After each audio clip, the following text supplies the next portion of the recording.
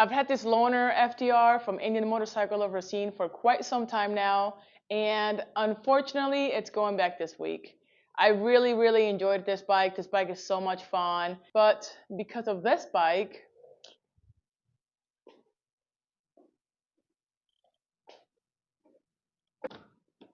I bought my own FTR.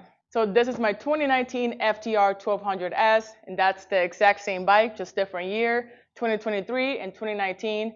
I bought this bike used, obviously. Came with 1,200 miles on it and some accessories. Got the windshield on it already, the bag, grips, the rally seat, just a couple of other things.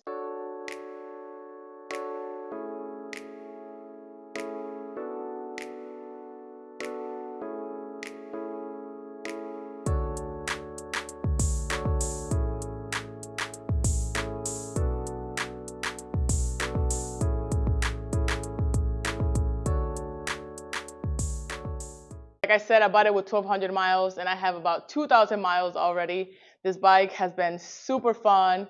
I did buy it a few weeks ago, I just haven't made a video. And I can say I am a proud FTR owner, honestly.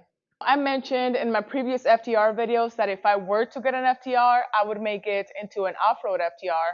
And that's my plan with this bike. I already got some rally tires installed on it. I'm going to insert a short video of how it looked with the stock tires and when I took it to the shop. These are the flat track inspired tires that come stock with the 2019 model, and I'm not a huge fan of these, honestly.